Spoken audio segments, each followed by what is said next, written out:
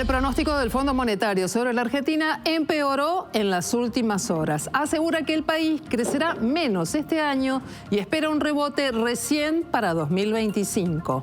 Sin embargo, destaca la baja en la inflación y respalda los últimos anuncios de Caputo. Superávit por 6 meses consecutivos y el pronóstico de la inflación de junio por debajo del 4%. En paralelo, mientras el gobierno escucha al Fondo Monetario, arrancó la fase 2 con el diálogo social. Hola, buenas noches. Estas son las noticias a las 20:30. La CGT pide revisar ganancias y la reforma laboral antes de que se reglamenten las leyes. En el inicio del diálogo social, el gobierno recibió a la Central Obrera. Ante el secretario de Trabajo, Julio Cordero, los sindicalistas plantearon la necesidad de dar claridad a varios puntos de la reforma laboral. Además, pidieron la revisión del piso del impuesto a las ganancias. Pablo Moyano, que había anunciado que judicializará la restitución de este impuesto, no asistió al encuentro. Quedó que la semana que viene, en cuanto a estos temas, se va a reunir con los empresarios y la otra semana va a haber una reunión conjunta para generar una reglamentación. Luis Caputo participó hoy de la reunión de gabinete que encabezó Javier Milei. Allí dio detalles sobre las últimas medidas económicas. Sin embargo, el mercado sigue reaccionando negativamente. Y aunque baja el dólar blue, el riesgo país sigue subiendo y caen las cotizaciones de los bonos. Incendios en Córdoba. Más de 160 efectivos participan del operativo para contener las llamas en el Cerro Champaquí, que avanza con un frente de casi 10 kilómetros de largo. Por el momento no implica riesgos para las viviendas, pero afecta a una de las zonas más elegidas por el turismo para las vacaciones de invierno. Por un error administrativo, Boca deberá afrontar esta etapa de la Copa Conmebol Sudamericana sin sus refuerzos y con un plantel reducido, porque obviamente los jugadores que se fueron no estarán en el plantel y los jugadores que vinieron tampoco al elenco argentino. Así que enfrentará a Independiente del Valle con lo que tiene a mano, sin los lesionados y con muy pocos juveniles. No costaba nada fijarse el horario, muchachos. Conmebol ha sido muy estricto, dijo que no pueden jugar los chicos y esa es la realidad. Presentaron al primer animal en ingresar a la exposición rural 2024. Es un toro de la raza Hereford que se llama Místico. La tradicional muestra, que comienza el próximo jueves, contará con un total de 2.000 animales y 400 expositores. Se espera la presencia del presidente Javier Milei el día de la inauguración oficial.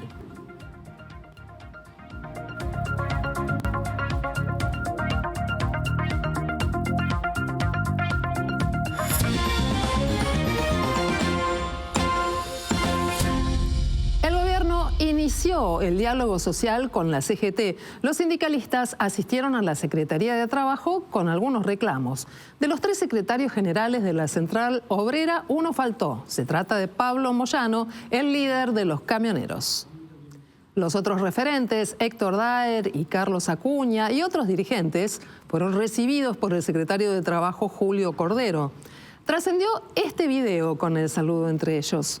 La CGT defendió la intención de moyanistas y bancarios de ir por la judicialización del impuesto a las ganancias, pero Acuña y Daer se diferenciaron y pidieron que se revise el piso de ese impuesto que, según ellos, quedó desactualizado porque no contempla la inflación de diciembre de esta parte. También pidieron que se aclaren los puntos de la reforma laboral aprobada en la ley de bases. Por su parte, Cordero, el secretario de Trabajo, les informó que se va a reunir con empresarios y más tarde habrá finalmente una mesa conjunta para trabajar los cambios aprobados. Y en este contexto, la CGT evitó definir si habrá más paros contra el gobierno. La vaguedad que generan varios artículos que están en la ley base, entre ellos el referido a los bloqueos, a las tomas, el referido a la inversión de la carga de prueba, al artículo 23 de la Ley de Contrato de Trabajo, el tema de la registración de los trabajadores, de las empresas que tienen menos de 12 trabajadores, lo ambiguo y vago que es el término de que un independiente pueda tener 3 independientes trabajando para él sin tener relación de dependencia. Bueno, quedó que la semana que viene, en cuanto a estos temas, se va a reunir con los empresarios y la otra semana va a haber una reunión conjunta para generar una reglamentación y una precisión con respecto a estos temas. Con respecto a ganancias, si el proyecto original fue a fines de diciembre con estos mismos valores de 1.800 pesos para el soltero y 2.200.000 para el casado, transcurrido todos estos meses hasta que se promulga este paquete fiscal, lo que habría que hacer también es en los casos, esto por parte del Poder Ejecutivo, es modificar la base de cálculo de dónde se parte, porque en el medio tuvimos un 60 y pico, 70% de inflación que no está contemplada en el proyecto que salió del paquete fiscal.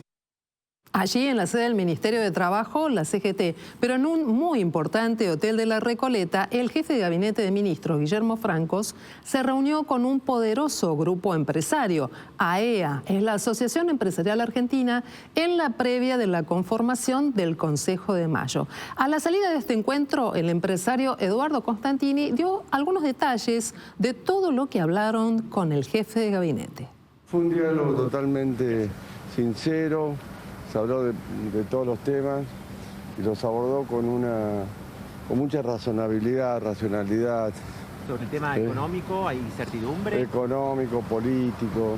¿Hay propuestas? O sea, se enfatizó mucho, se valoró mucho el superávit fiscal, ¿no? que el gobierno ha logrado. ¿Habló de una posible salida del cepo? ¿Le plantearon algo al respecto? Bueno, reconoce la dificultad de salir del cepo, confía obviamente en todo el equipo técnico del presidente y ven que es un tema que tiene sus dificultades y que requiere tiempo, ¿no? También se habló de la reforma laboral, la ayuda a las pymes, o sea, se hablaron de distintos temas, ¿no? Pero repito, es un diálogo muy sincero, muy razonable, con mucho sentido común, así que eso lo vemos muy positivo.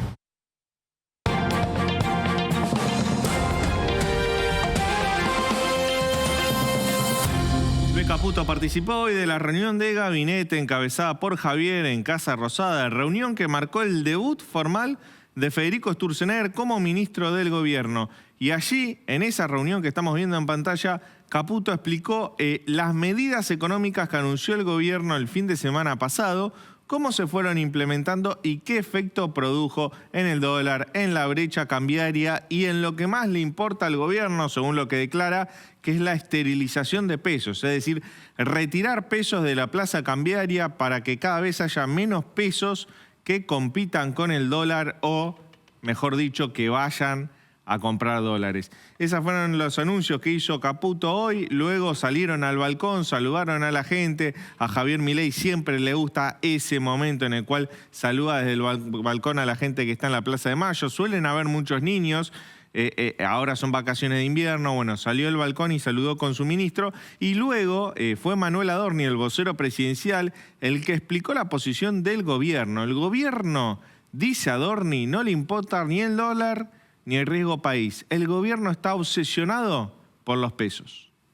Nosotros la verdad es que no le buscamos explicación al día a día de lo que va pasando. A nosotros no nos importa el valor del dólar. No estamos preocupados por el dólar, no nos ocupa el dólar, no nos ocupa el riesgo país. Porque a nosotros lo que verdaderamente nos preocupa, nos ocupa y nos desvela todos los días, hasta que terminemos de solucionar el problema, es el peso. Nosotros hoy no, desde hace muchísimo tiempo, tenemos un problema con el peso y lo que hicimos fue profundizar la política monetaria, profundizar la política monetaria, profundizar la limpieza, la absorción de pesos que estábamos haciendo y terminar con la última La última, se le denominó canilla, la última canilla que había para la emisión de pesos. ¿El plan del gobierno cuál es? Sacar todos los pesos que pueda del mercado, y el gobierno estima que antes de fin de año va a aumentar la demanda de dinero, de pesos del sector privado vía toma de créditos, justamente créditos bancarios. Pero ¿cómo reaccionó hoy el mercado? Bueno, sucedió algo parecido ayer. El dólar volvió a caer pese a que no hubo intervención del Banco Central del gobierno en el mercado cambiario. Cayó el blue 0,71%, se ubicó en 1.405 pesos. Cayó también el MEP y el contado con liquidación. El MEP lo hizo 2,2% y el contado con liquidación 1,6%, bastante lejos los dólares financieros del blue. Esto no es habitual, con lo cual a partir de mañana pueden pasar dos cosas: o el blue sigue cayendo y se encuentra con los financieros, o los financieros rebotan. ¿Cómo se comportaron los bonos? Los bonos volvieron a caer y el riesgo país volvió a subir. El Merval en dólares, que son las acciones, sí rebotaron. Hoy subieron 3,1%. Todos los bonos cayeron salvo el AL30D, que subió 0,1%, pero el resto cayó de los bonos soberanos. Y el riesgo país, cuando caen los bonos, sube el riesgo país porque aumenta el riesgo de que haya un default de la deuda argentina. Por eso el riesgo país subió 29 puntos y cerró en 1.584 unidades. El mercado todavía no le cree al gobierno porque el mercado mira una cuestión: las reservas, que hoy cayeron casi 600 millones de dólares por un pago del Fondo Monetario Internacional. El mercado está preocupado porque si el gobierno se queda sin reservas, no va a poder pagar los próximos vencimientos de deuda.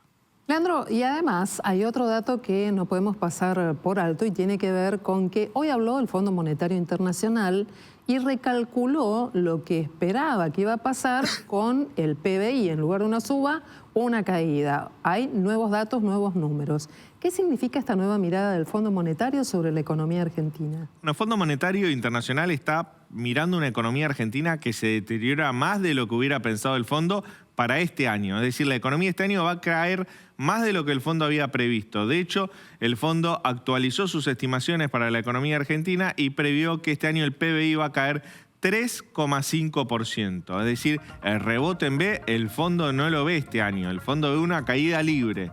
Recién habría rebote de la actividad económica el año que viene, en 2025. Según las estimaciones del fondo, ese rebote sería del 5%.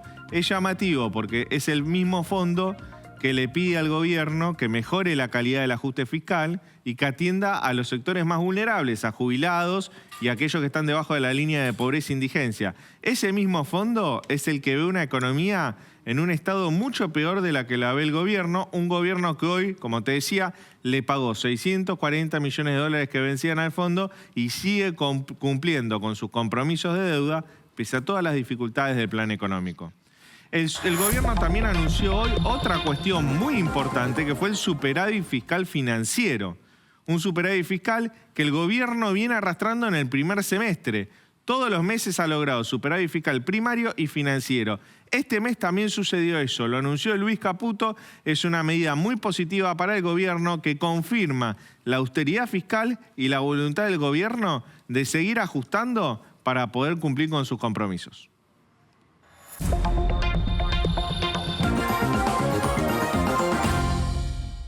En una entrevista, la ministra de Seguridad, Patricia Bullrich, habló de su trabajo comparando su rol en el gobierno de Mauricio Macri y este actual que está desarrollando bajo el gobierno de Javier Milei. Al recordar los momentos de tensión en la gestión macrista, Patricia Bullrich remarcó esta idea.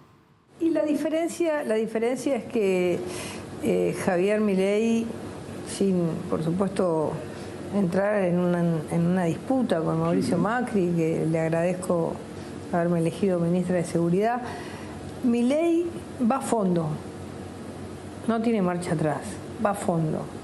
Me dijo, el primer día yo le dije, voy contra los piquetes, vamos. Y nunca me dijo, ojo, cuidado, tené cuidado. ¿Macri se lo decía? Bueno, el famoso día, ese famoso día de la ley previsional, a mí me sacaron. Y fue la ciudad de Buenos Aires la que hizo el operativo.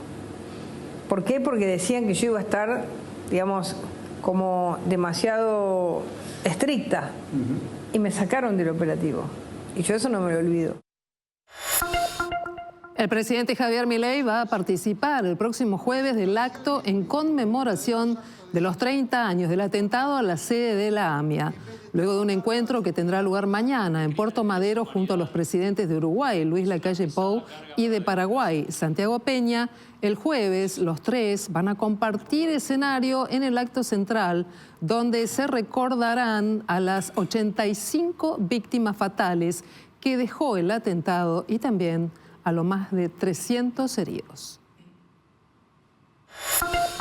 Los candidatos propuestos por el gobierno para integrar la Corte Suprema de Justicia, Ariel Lijo y Manuel García Mansilla, defenderán sus postulaciones en audiencias públicas en la Comisión de Acuerdos del Senado el día 21 y 28 de agosto próximos respectivamente.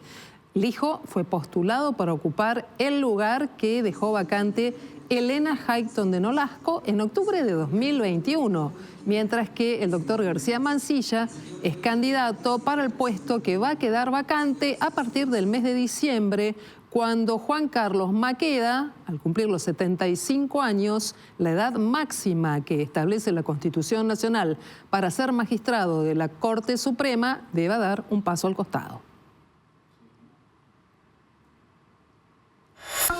Nos vamos para la provincia de Córdoba porque hay un foco de incendio que se salió del control durante las últimas horas. Según las autoridades provinciales, se inició de manera intencional el pasado domingo, pero que debido al viento fuerte y a las temperaturas que fueron en aumento durante la tarde de hoy, martes, el foco de incendio se esparció por una línea de 10 kilómetros de largo. Avanzó por la ladera sur del Cerro Champaquí y por el momento no presenta peligro para la población. Está aproximadamente a unos 750 metros de altura y estaban trabajando hace un rato nada más 130 brigadistas de San Javier, de Villa Dolores, de Nono y también de la localidad de Mina Clavero. Ahí vemos imágenes como realmente las llamas avanzaban por la cara sur entonces del Cerro Champaquí en el sur de la provincia de Córdoba.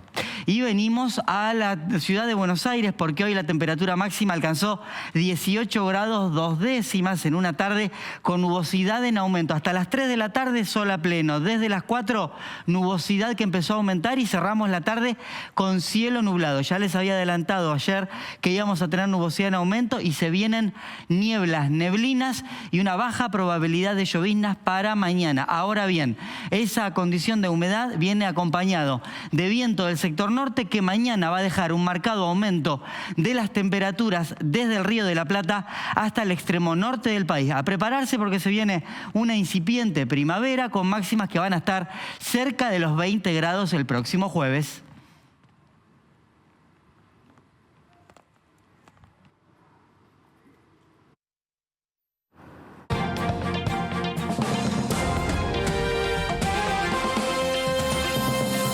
La selección argentina arribó a Ezeiza con la copa y la alegría de quien retiene su título como campeón de América después de lo logrado en 2021 y ahora con lo obtenido en 2024. Fuegos artificiales, alguna que otra carta emocionante por parte de los fanáticos que estaban alrededor del aeropuerto de Ezeiza y también del predio que la AFA posee en dicho lugar, y también hubo papelitos, hubo, bueno, abrazos emocionantes por parte de los familiares que esperaban, un montón de sorpresas para los jugadores que dejaron eso, la copa ahí mismo, y por eso arribaron ayer en últimas horas de la noche, ya casi en primeras horas de hoy, encabezados por el entrenador Lionel Scaloni, el subcapitán de este seleccionado y ya retirado de albiceleste, Fideo Di María, y también el presidente de la Asociación del Fútbol Argentino, el señor Claudio Tapia. La mayoría de los futbolistas vinieron junto al cuerpo técnico,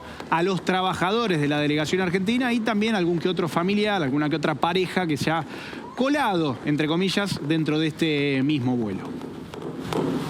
En el contingente de jugadores que no viajaron, que se quedaron en su país de disputa o se fueron, mejor dicho, está Lionel Andrés Messi, que en su caso se quedó en Miami porque debe recuperarse de su lesión. Primero tenía que saber qué era lo que tenía y por eso fue al campo de entrenamiento del Inter Miami, su club, para realizarse los estudios pertinentes. Y de esa forma le informaron cuál es la gravedad de la lesión. Se sabe que lamentablemente es el peor de los panoramas porque tiene una lesión ligada a lo ligamentario, ¿no? Valga la reiteración, porque esto es lo que dice. Tras la evaluación médica se ha determinado que Leo Messi ha sufrido una lesión en los ligamentos del tobillo de su pierna derecha. La disponibilidad del capitán vendrá marcada por revisiones periódicas y por el desarrollo de su recuperación. Lo que explican los especialistas es que no menos de 2 meses para que Messi esté en cancha en caso de que no deba ser operado. Recordemos que la primera jugada que demostró que el campo de juego no estaba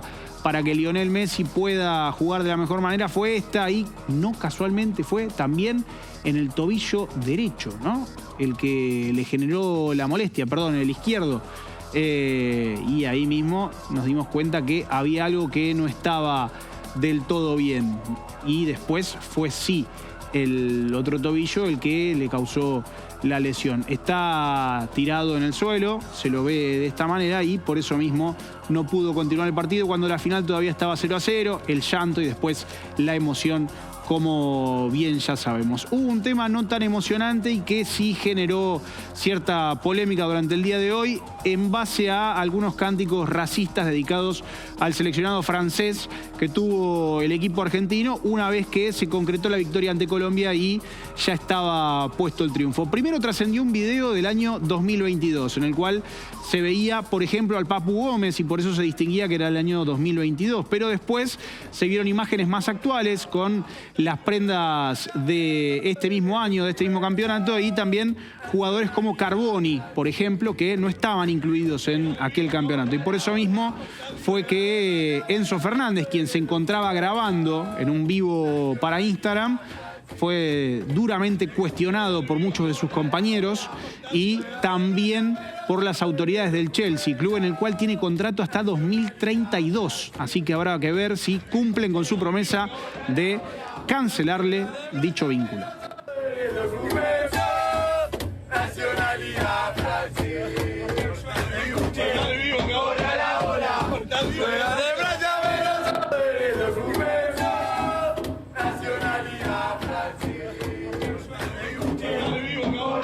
Juancho, ¿cómo estamos en todo el barrio de La Boca, en el club? ¿Qué pasó? ¿Se hicieron las cosas mal?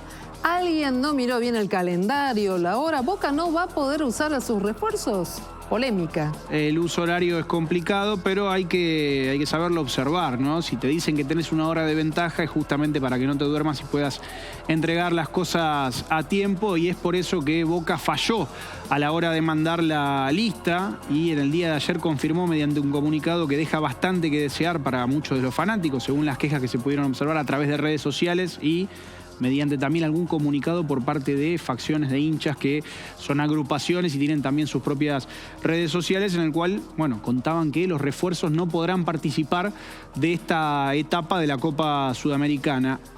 Hay un tema con el cambio de horarios y eso fue lo que dijo Juan Román Riquelme cuando dio la cara por la institución y explicó qué era lo que había pasado con este pequeño gran error administrativo. El tema es que nosotros estábamos convencidos de que teníamos hasta las 8 de la noche, nuestra, hasta las 7 de la tarde de Asunción del Paraguay, porque tenemos el tema horario y al final no, era hasta las 7 nuestra, 6 de ellos. Nosotros mandamos el mail 7:43 de la tarde y bueno, Conmebol ha sido muy estricto, dijo que no pueden jugar los chicos y esa es la realidad. Nosotros tenemos mucha ilusión en los 180 minutos de poder pasar. Y si, bueno, Conmebol tiene un reglamento en el cual ha sido tan estricto con nosotros, yo otra cosa no puedo decir. Si lo que vos decís con el tema del estadio no cumple con las normas, me imagino que Conmebol será igual de estricto que lo fue con Boca Juniors, ¿no? El próximo jueves comienza la edición 2024 de la Exposición Rural de Palermo, pero la actividad formalmente arrancó hoy cuando se produjo la presentación del primer animal. Es un clásico esto, que ingresó ya al predio de la Rural. Ahora se espera que el presidente asista a lo que es esta tradicional y gran muestra del campo en la ciudad.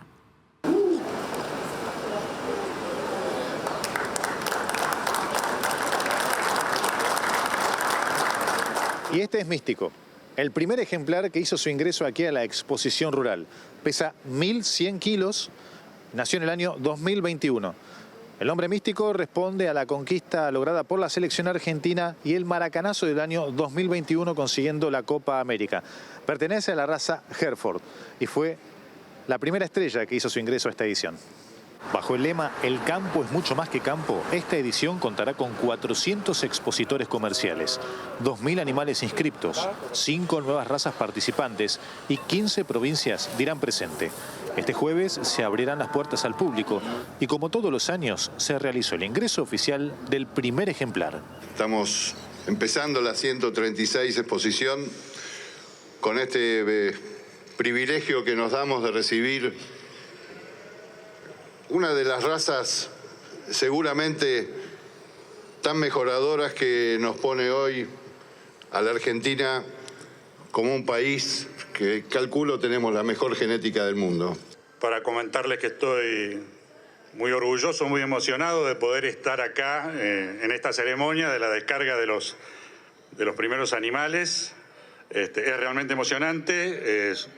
Soy particularmente amante de la raza Hereford, de la raza Pampa, así que es doblemente orgullo poder estar también en el momento en que se está por celebrar el centenario de la Asociación de Hereford. Creo que desde el día jueves hasta el último día no para nunca de haber charlas, conferencias, de todos los temas que a los productores y al país le interesan, como es la sostenibilidad, como es la jornada de carnes. Quien dirá presente también será el presidente Javier Milei, quien por una cuestión de agenda estará en el palco junto con el resto de los invitados el día 28 de julio, un domingo, en la inauguración oficial. A mí me hace pensar que en Argentina festejamos las cosas que deberían ser naturales. No existe, la verdad, que un presidente de la nación venga a la exposición rural, a la tribuna del campo en la ciudad, donde se expresan infinidad de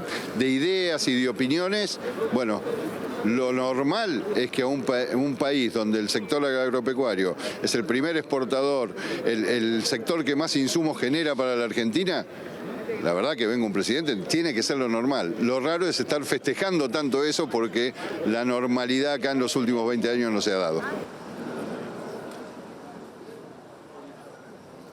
Atentos al caso Loan, porque en este momento está declarando Laudelina, la tía del chiquito de 5 años que continúa desaparecido.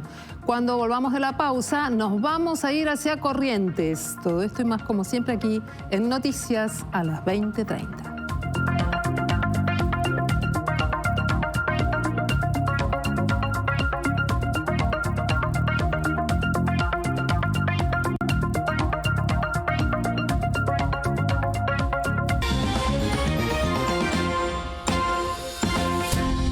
Vamos a Corrientes porque a 33 días de la desaparición de Loan, los 7 imputados fueron acusados por el delito de sustracción de menores luego de que se levantara finalmente el secreto de sumario en la causa. Nos vamos a Corrientes porque en vivo está allí el periodista Omar Aquino. Finalmente se adelantó la declaración de la tía de Loan, ¿verdad? ¿Qué está diciendo Laudelina? ¿Cuáles son las cosas que rodean esta declaración? Así es, muy buenas noches. Bueno, nos encontramos acá frente al Juzgado Federal, donde en estos momentos, en este preciso instante, le está tomando declaración o una ampliación a Laudelina, la jueza del caso, la doctora Póser Penso. Y en estos momentos hay mucha expectativa por esta declaración porque podría llegar a cambiar el curso de la investigación.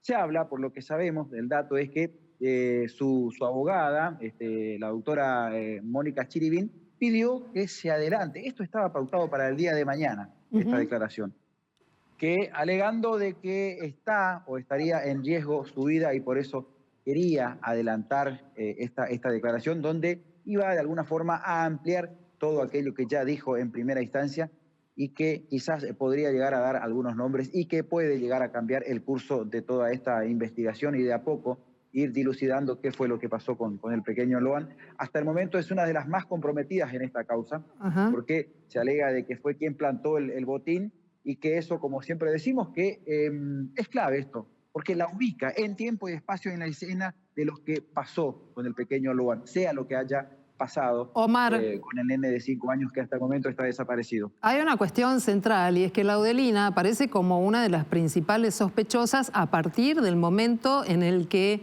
ella habló de un botín y en un momento reconoce que coloca un zapatito del nene y después hay cuestiones muy contradictorias.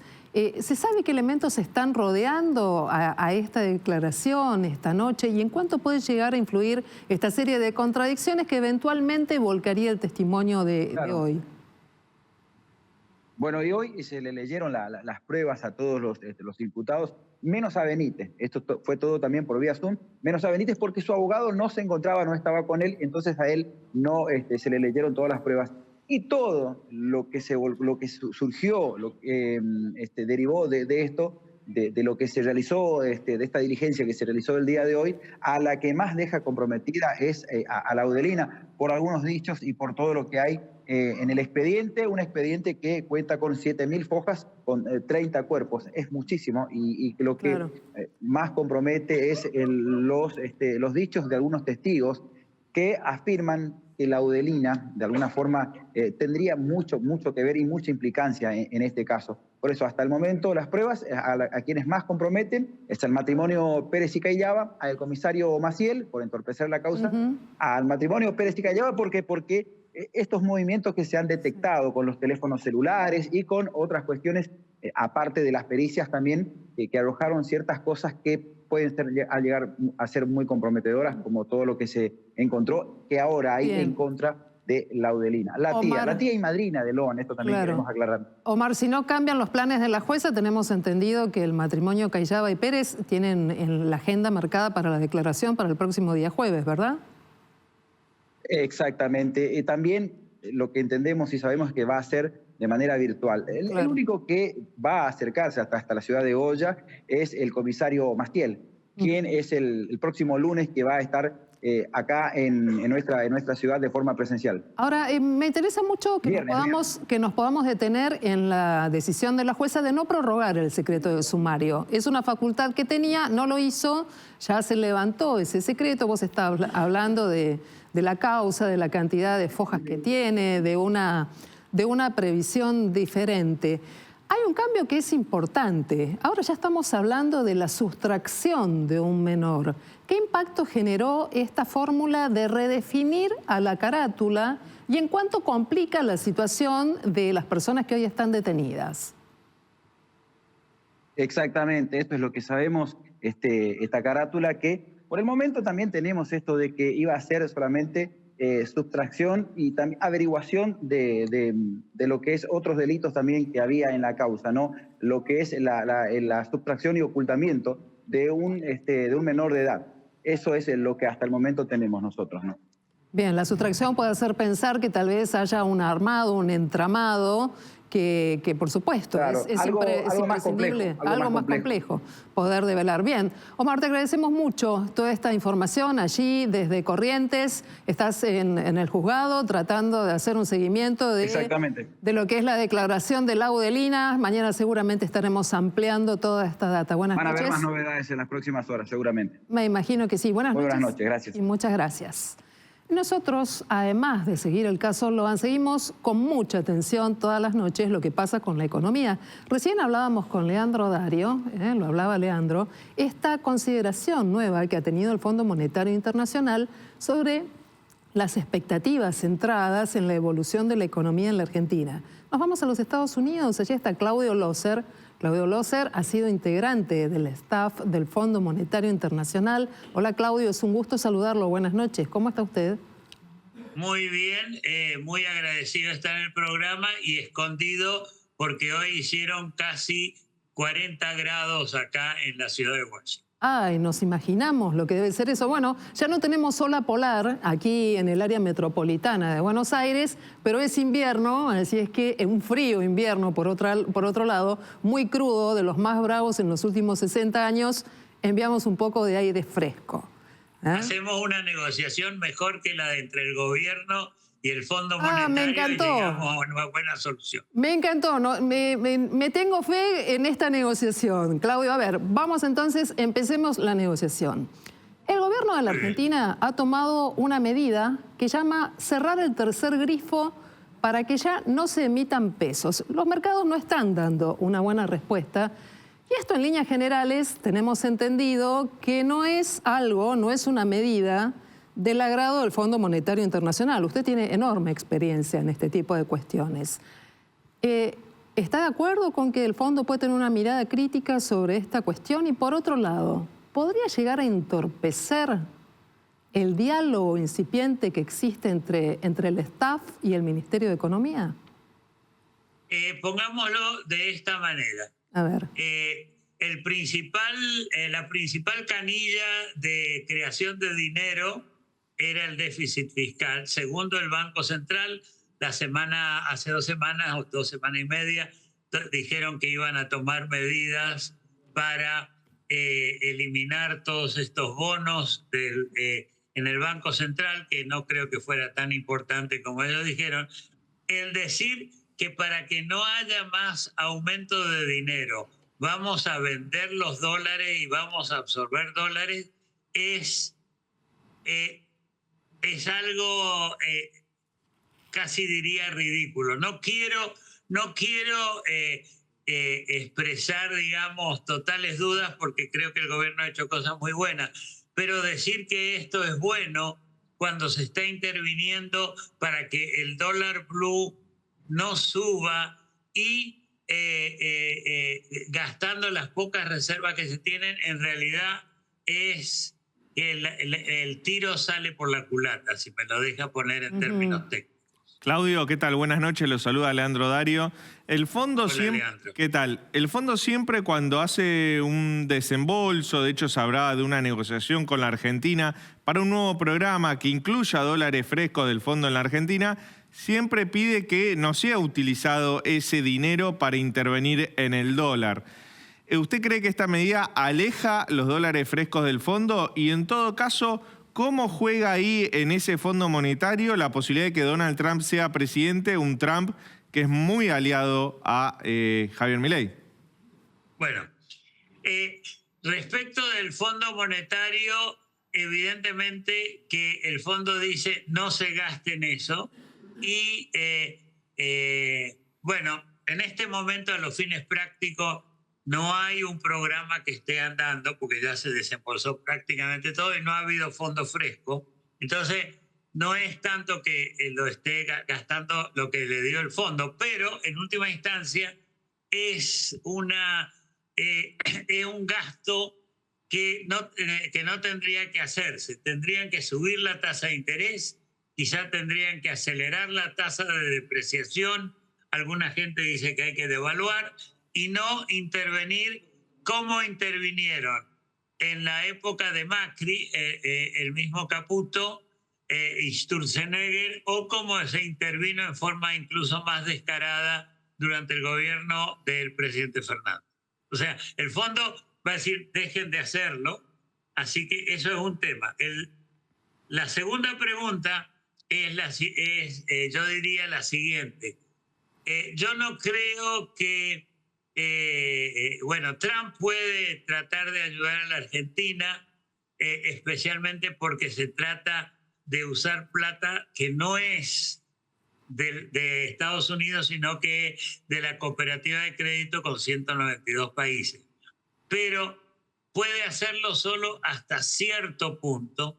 Tiene 16%, un poquito más de 16% de los votos y no tiene tanto arrastre, entre otros. Y si busca algo demasiado demagógico, yo creo que el resto de los países crearían muchos problemas. Claudio, en ese sentido, usted no recomienda una suerte de plan económico que en la práctica o en la calle podríamos decir aguantar hasta las elecciones, ¿no? Habría que tener tal vez una mirada diferente. Yo creo que es una mala táctica, por dos razones.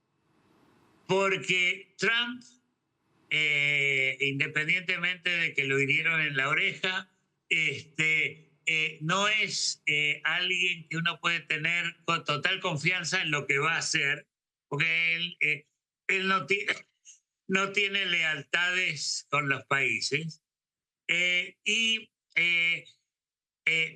Y segundo, el país no sé si puede aguantar bien hasta que venga Trump.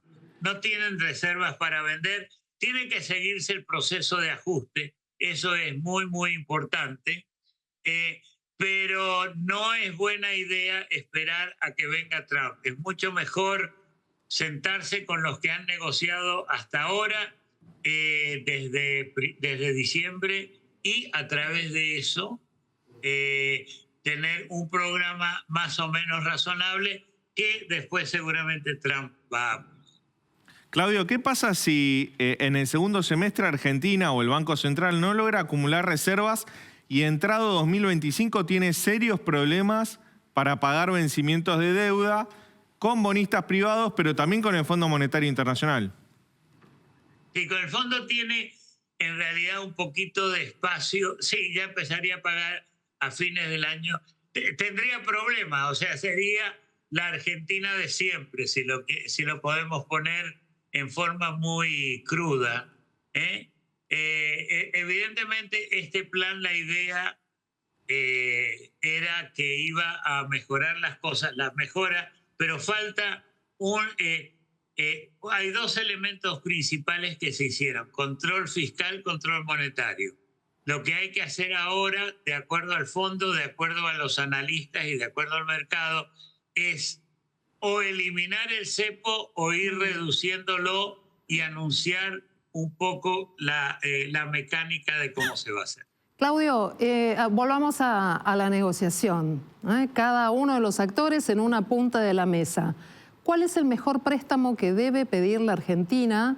El mejor programa, el que más favorecería al país, que sea cumplible y que genere una alternativa de salida a la crisis. ¿Qué piensa usted? Yo creo que mantener la política fiscal incluso puede ser un pequeño déficit. O sea, no es, el decir que no haya déficit fiscal es un número. Hay un rango, digamos. Tenemos un número acá y hay un rango dentro del cual se puede mover. Mantener una política monetaria razonable con el Banco Central, digamos, quizás no interviniendo por el gobierno, manteniendo tasas de interés positivas mayores que la inflación. Yo diría que teniendo un tipo de cambio más realista ahora, o un programa de quizá... Yo no puedo hablar por el fondo porque en eso es un poco difícil en términos de tipo de cambio, pero tener un tipo de cambio que se deslice o una movida cambiaria con estas otras dos cosas, yo creo que podría funcionar. La parte del tipo de cambio, quiero decir solamente un poco cínicamente, si hay dos economistas reunidos, van a haber por lo menos 3 propuestas de tipo de cambio. Nos imaginamos. Nunca nos ponemos de acuerdo. Nos imaginamos, como los argentinos, una reunión de consorcio, algo así. Lo tengo que despedir y agradecer, pero con estas últimas medidas que ha tomado Luis Caputo, de secar el mercado y la plaza de pesos, ¿la Argentina puede llegar a la dolarización, Claudio Loser? Podría llegar a la dolarización porque hay mucho más dólares en el sistema que pesos. Muy bien.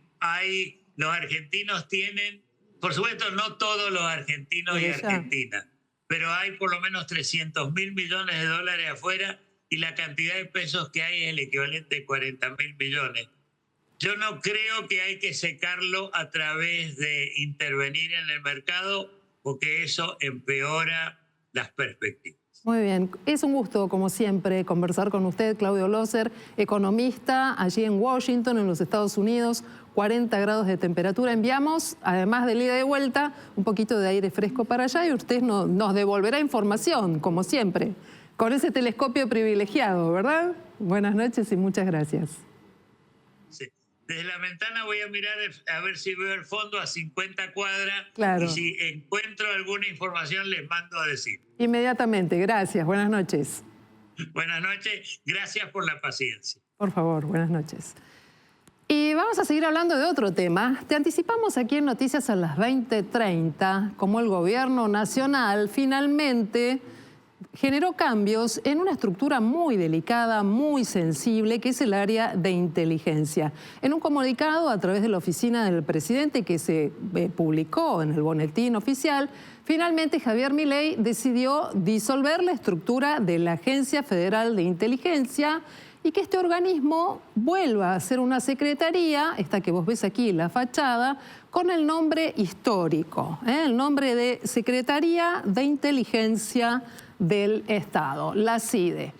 El presidente Javier Milei, dice el comunicado, ha ordenado la disolución de la Agencia Federal de Inteligencia, la AFI, a partir de los resultados obtenidos en el marco de la intervención de la agencia que tuvo lugar el pasado 12 de diciembre de 2023. En su lugar, continúa, el órgano rector del Sistema de Inteligencia Nacional, SIN, será una Secretaría de Estado. Comienza el comunicado que publicaron anoche desde la oficina del presidente. Pero además va a haber más cambios en el Sistema de Inteligencia Nacional, ya que se van a crear 4 organismos. Uno tiene que ver con el Servicio de Inteligencia Argentino, el CIA, luego la Agencia de Seguridad Nacional, ASN, la Agencia Federal de Ciberseguridad, AFC, y esto es nuevo, es diferente, es la División de Asuntos Internos en la estructura de inteligencia del espionaje legal en el Estado, es la DAI, D-A-I.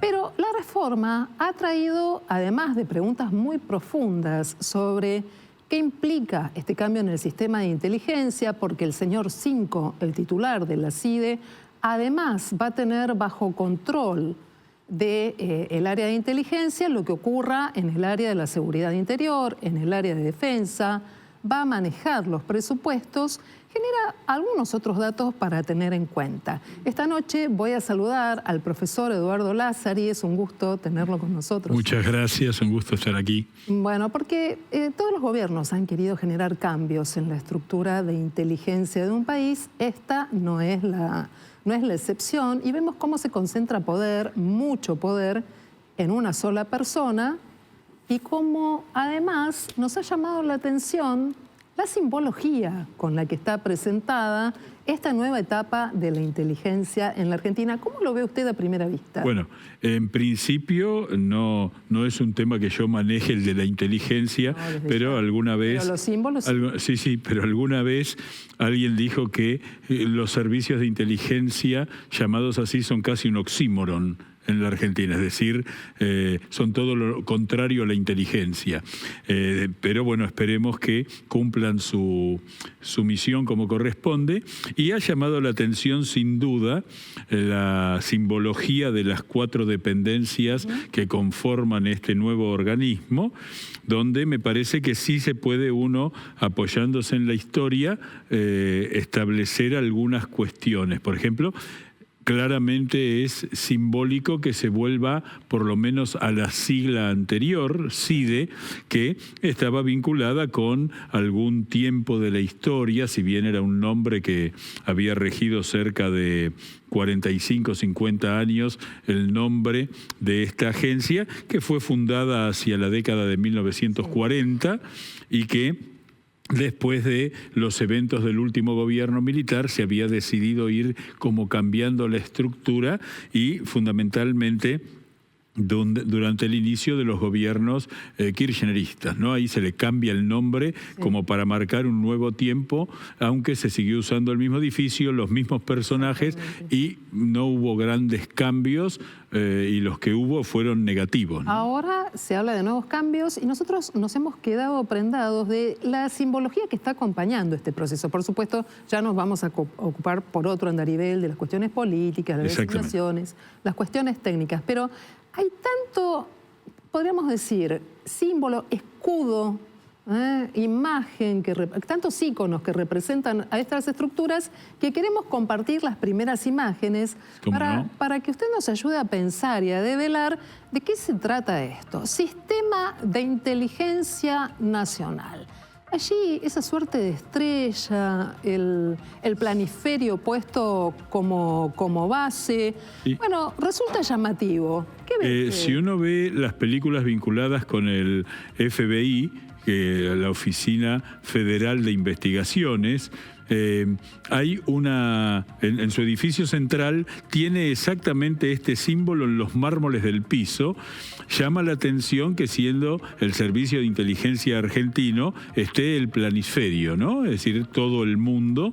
Y claramente esto va en la línea de lo que significa el símbolo de la Casa Rosada que vemos cotidianamente en las conferencias de prensa del vocero presidencial, el mismo escudo de la oficina del presidente de la República, que es muy parecido al sello del presidente de los Estados Unidos. Yo creo que ahí hay una intencionalidad, por lo menos desde la perspectiva de la simbología, de una imitación a ciertos íconos de los Estados Unidos. Pero ¿no? ¿Por qué será, no? Que exactamente se tome el mismo ícono que se usa en la casa matriz, en la Central de Inteligencia Norteamericana.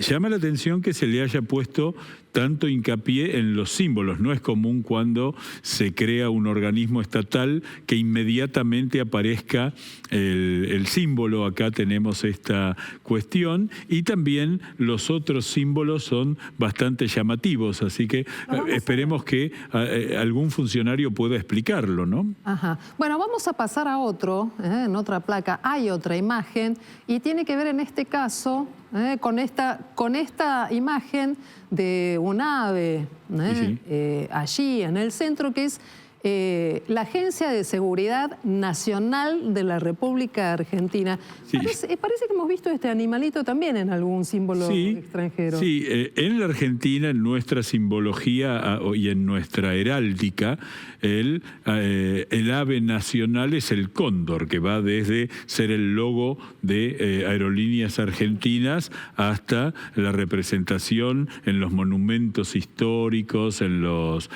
monumentos artísticos. Y llama la atención que se elija un águila que no tiene una gran representación, más allá de que haya águilas en la Argentina, y tiene mucho que ver con la, digamos, simbología estadounidense. En el escudo de los Estados Unidos está el águila, ¿no es cierto? Pero bueno, digamos, estas son especulaciones que hacemos ante la sorpresa del valor que sin duda se le ha dado a todo lo heráldico en esta nueva presentación de una estructura que, por otro lado, digamos, tiene que ver con una institución que no ha gozado de prestigio en la Argentina en el último medio siglo, ¿no? Vamos a pasar a otra imagen, y en este caso tiene que ver con la imagen que corresponde a la Agencia Federal de Ciberseguridad. Esta, la verdad, a mí me confundió bastante. No sé si usted por allí tiene alguna memoria. A mí digamos, no sabría de qué se trata esa suerte de cruz. Es muy parecido al símbolo del Congreso Eucarístico de 1934, una cosa que en principio no tiene que ver. Ahí todas esas rayas que conforman una cruz, esto es claro en el símbolo, y en el centro el símbolo claro del sol que nos representa en la bandera, que nos representa en el escudo nacional, y que sí es un símbolo muy utilizado, ¿no? Pero bueno, esa suerte de escudo heráldico que enmarca al sol es llamativo, casi tiene una cierta simbología religiosa. Ahora, está la cruz, pero también algunas personas consideran que esas líneas que estamos viendo allí tienen que ver con otra cuestión que hacen a lo que serían los circuitos, los chips. Sí, claramente podría ser. Tal vez eso también haya sido lo que los circuitos neuronales, los circuitos, es decir, ciberseguridad, pero no, diría que no. Lo que sí llama la atención es que son símbolos que nos exigen una interpretación que no es lo que habitualmente uno espera de un símbolo. Es decir, uno ve un semáforo rojo y enseguida frena. Eso es lo que hay. Pero claro, y aquí no queda claro. Sí, nos queda uno más y lo hemos dejado para el final porque es cierto, es una estructura nueva, es realmente muy sensible el tema. Si estamos hablando de inteligencia y además de asuntos internos dentro del sistema de espionaje, bueno, obviamente es muy delicada la cuestión. Y fíjense ustedes qué es lo que pasa con la simbología de esta dependencia. La tenemos aquí y esta ha generado todo tipo de suspicacias, profesor. La división de asuntos internos, podríamos ver los rayos del sol, una pirámide, un muro y sobre el extremo superior del triángulo, un ojo. No sé si representar eso el ojo de Dios, la mirada que todo lo ve. Este símbolo está en el billete de $1. No solamente allí. Pero ahí está, en el billete de $1 está. Y en este sentido hay que decir que los países suelen cuidar esta cuestión de no mezclar símbolos. Los soles, el sol que está representado es el sol histórico de la Argentina heráldica, que son 16 rayos rectos con 16 rayos flamígeros, eso está claro. El triángulo sin duda implica una reminiscencia masónica, lo mismo que el ojo, que podría ser el ojo del gran arquitecto. Esto es uno de los símbolos que está, repito, en el billete de $1. Se lo ve en todas las representaciones de la masonería. Para la masonería, la pirámide es un símbolo, el triángulo es un símbolo muy importante. Pero me parece... ¿Por qué? Bueno, la masonería simbólica maneja toda una serie de símbolos que, como todo símbolo, es interpretable. Esto es un dato importante. En general, por ejemplo, para los argentinos, el escudo nacional es más que un símbolo, es un signo, uno ya sabe de qué se trata, no tiene que hacer una interpretación.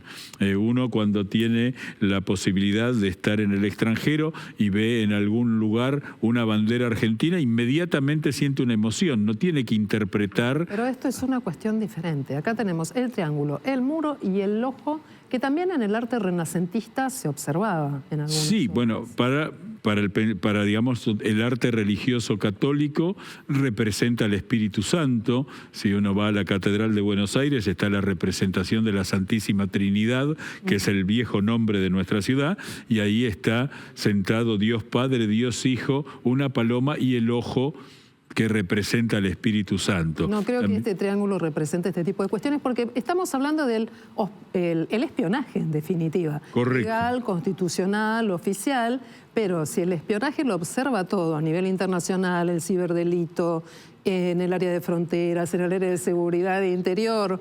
Ahora, que los espías se espíen a sí mismos, denuncien los ilícitos, ¿qué poder tiene ese ojo, no? Bueno, todo organismo de seguridad, todo organismo de inteligencia tiene dependencias que controlan la ética y la profesionalidad de sus integrantes. Esto, así como claro, uno suele verlo más en las películas y en las series, pero siempre hay una división de asuntos internos y eso es natural que exista, porque son organizaciones que manejan un nivel de información y un nivel de seguridad muy importante, por lo tanto, el componente ético de sus integrantes es un elemento fundamental. ¿Usted cree que hay secretismo en el manejo de estos símbolos dentro de un área que ya de por sí genera tantos interrogantes? Bueno, sería muy interesante ver si algún funcionario explica el porqué de estos símbolos, y ahí es donde podemos llegar a interpretar o, digamos, cuando uno encuentra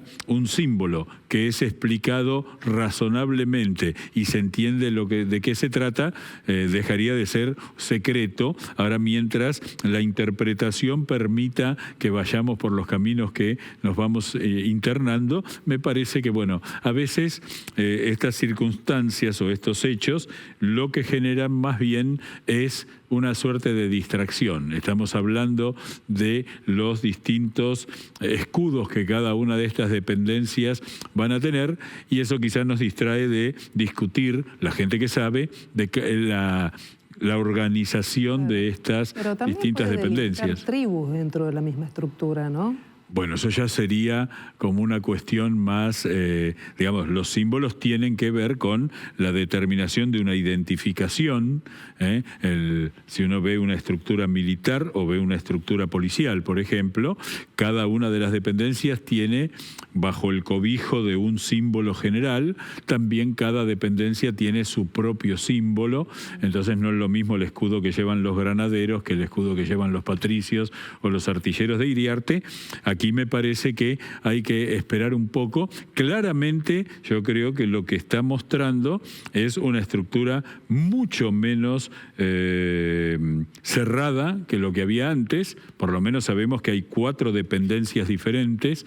Ahora creo que los especialistas son los que nos tienen que empezar a aclarar de qué se trata todo esto. Y bueno, quizás sea un entretenimiento de índole casi cultural tratar de identificar estos símbolos. ¿Recuerda usted algún otro gobierno en Argentina tan preocupado por los símbolos y con ánimo así tan refundacional?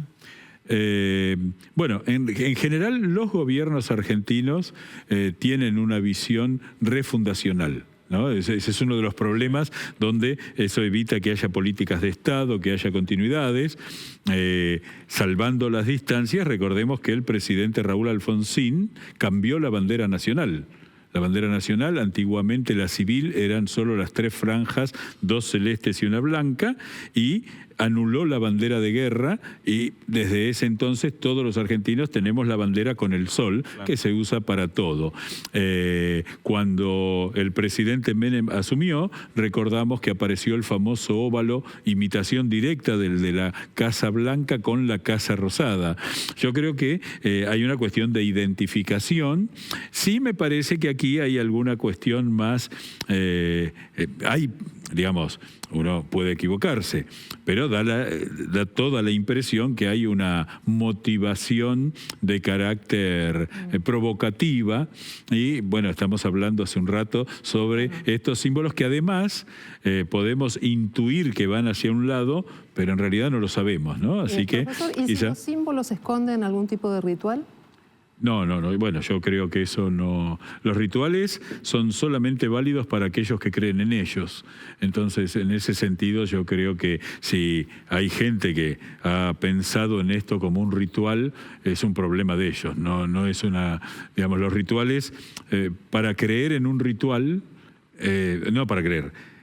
Para que un ritual sea efectivo hay que creer en él. Claro. Entonces, en ese sentido, digamos, me parece que en la Argentina, en general, cualquier cosa es posible, pero veamos un poquito más que avance la cosa, es una noticia del día y allí podremos ver si tiene algo que ver con lo ritual. Sí, pues me imagino que también la masonería argentina tendrá algo que decir cuando parte del simbolismo que usa aparece reflejado en el área de inteligencia. Correcto. Ahora, la masonería también utiliza símbolos y hay que interpretarlo, ¿no? Yo vuelvo a esta idea del signo y la simbología.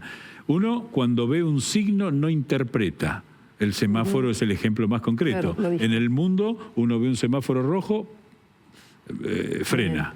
La masonería utiliza algunos recursos de la simbología grecolatina, de la simbología egipcia, de la simbología judeocristiana, y para la simbología, para la masonería, significan determinadas cosas.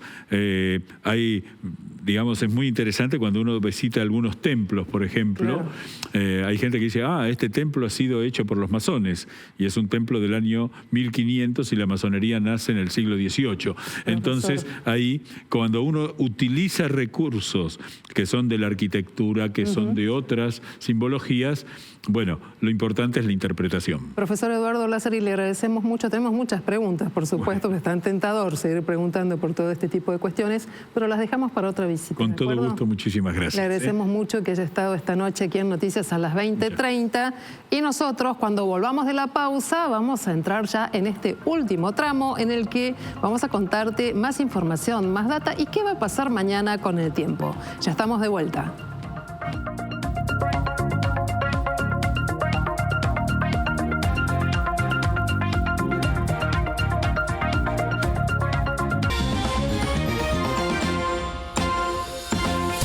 Juan Juan Cruz, finalmente Mbappé fue presentado como uno de los refuerzos del Real Madrid. ¿Qué pasó en esa presentación? El hombre que mueve la aguja del mercado y uno de los refuerzos más importantes por todo lo que costó también transferirlo desde el Paris Saint-Germain al Real Madrid, fue oficialmente presentado en la Casa Blanca de la mano de Florentino Pérez y ante esta multitud. Hacía muchísimo que no estaba de esta manera el estadio del Real Madrid. Gente emocionada incluso. Bueno, uno cree que quien lleva ahora la 9 en la espalda no va a decepcionar. Recuerda esto, trae a la memoria de muchos futboleros la incorporación en el Real Madrid de quienes fueron Cristiano Ronaldo y Ricardo Kaká. Kaká decepcionó. No llegó a lo prometido, pero Cristiano Ronaldo fue uno de los máximos ídolos del conjunto madrileño. Habrá que ver cómo le va a Mbappé, a este futbolista francés bastante simpático que ya compró el corazón de la gente y vendió muchísimas camisetas, además de expresar su cariño por el conjunto merengue. Quiero hacer una cosa con vosotros. Me voy a hacer 1, 2, 3 y vamos a decir juntos a la Madrid, como una gran familia. 1, 2, 3, ¡a la Madrid!